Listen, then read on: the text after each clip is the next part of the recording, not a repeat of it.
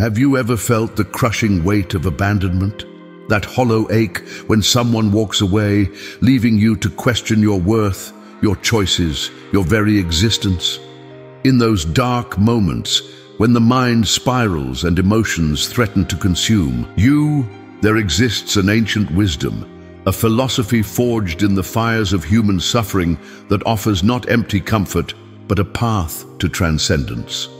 Today, we explore how the abandoned become the unbreakable, how the forsaken become the fulfilled, how those left behind ultimately become those who are sought after, not through manipulation or revenge, but through the profound inner transformation that comes only from walking the Stoic path, the reality of loss. When someone exits your life, whether a lover who promised forever, a friend who shared your deepest secrets, or a mentor who guided your path, they take with them only their physical presence. What they cannot take, unless you surrender it willingly, is your virtue, your dignity, your inner fortress of tranquility. As Marcus Aurelius, the philosopher-emperor who commanded legions yet found his greatest battle within himself, wrote, "You have power over your mind, not outside events. Realize this and you will find strength. Consider what truly has been lost.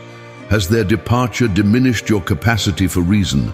Has it stolen your ability to act with justice, courage, temperance, or wisdom, the four cardinal virtues of Stoicism?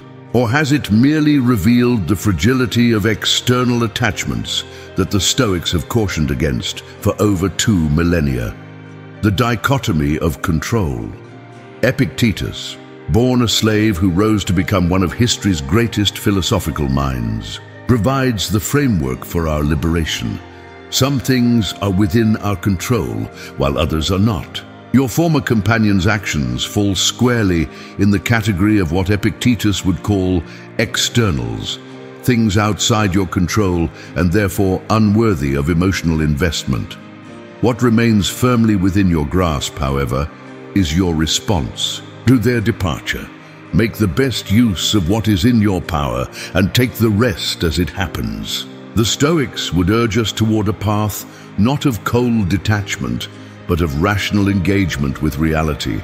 Our suffering stems not from the event itself, but from our judgment about it. Seneca reminds us, we suffer more in imagination than in reality.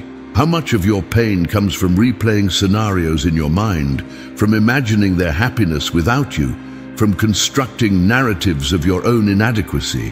The path of transformation. Musonius Rufus taught that philosophy is not merely theoretical knowledge, but practical wisdom demonstrated through action. In the crucible of abandonment, you face the ultimate philosophical test.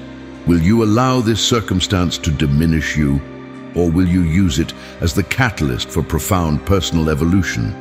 The path forward requires discipline in 3 domains. Question your judgments. When your mind declares, "I am worthless because they left," recognize this as an opinion, not a fact. Redirect your desires. Shift from, "I want them to come back," to, "I want to respond with dignity and virtue." 3. Act with principle. Conduct yourself in accordance with the 4 cardinal virtues: wisdom, justice, courage, and temperance. Through these disciplines, you forge yourself anew. The person who was abandoned begins to dissolve, replaced by someone stronger, wiser, more self-contained. The paradox of attachment. Here lies a powerful paradox. The more completely you release your attachment to another's return, the more likely they are to perceive your transformed value, not because you've manipulated them, but because you've become something rare and compelling, a person whose worth is self-contained, whose peace is self-generated. As Marcus Aurelius counseled himself, be like the promontory against which the waves continually break, but it stands firm and tames the fury of the water around it. Become that promontory. Let them witness how you stand unmoved by the very storm they expected would destroy you. The return, a new beginning. They may return. Many do. Having glimpsed what seemed greener pastures, they often discover that what they abandoned was more valuable than they realized. but by then you will have changed. The person they knew, the one who derived validation from their approval, who measured worth through their affection, will have evolved into someone unrecognizable in the most profound sense. You will have built what Marcus Aurelius called an inner citadel, a fortress of principled tranquility that no external event can breach. You will have discovered self-sufficiency that makes you not needy, but deeply attractive in your completeness. And in that moment of their return, you face another test of Stoic virtue. Will you respond with petty triumph, with the urge to inflict the pain you once felt? Or will you meet the moment with the equanimity that comes from true philosophical progress, the ultimate victory? The ultimate victory lies not in their regret or return. It resides in your transformation, in the knowledge that you have converted adversity into advantage, abandonment into autonomy, rejection into resilience. This abandonment, this seeming catastrophe, has offered you the rarest gift, the opportunity to discover that your happiness was never dependent on another's presence, that your worth was never determined by another's validation, that within you resides a power no external circumstance can diminish.